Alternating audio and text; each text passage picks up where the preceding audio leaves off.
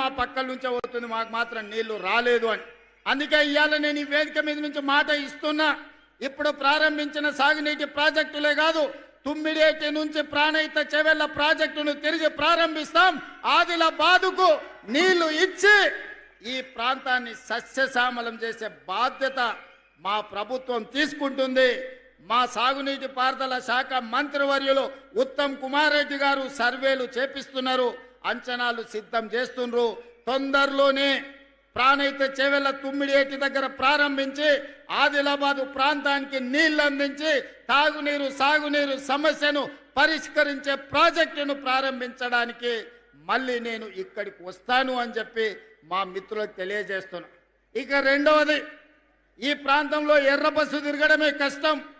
మా పాయల శంకర్, మా ఎంపీ నగేష్ గారు, ఈ ప్రాంతంలో ఉండే మా నాయకులు, అన్న హైదరాబాద్కే ఎయిర్పోర్టా, ఆదిలాబాద్కి ఎయిర్పోర్ట్ అక్కర్లేదా అని ఈరోజు కేంద్ర ప్రభుత్వంతో మోడీ గారితో మాట్లాడినాం, రామ్మోహన్ నాయుడు గారితో మాట్లాడినాం, రాజ్నాథ్ సింగ్ గారితో మాట్లాడినాం. తొందరలోనే వీలైతే జూన్ 2 తారీఖు లోపల ఆదిలాబాద్లో ఎయిర్పోర్ట్ ప్రారంభోత్సవానికి శిలా పలకాన్ని వేసే బాధ్యత వేదిక మీద ఉన్న మిత్రులం అందరం తీసుకుంటాం. మరి ఎయిర్పోర్ట్ వస్తే మరి అది నడవాలంటే కూడా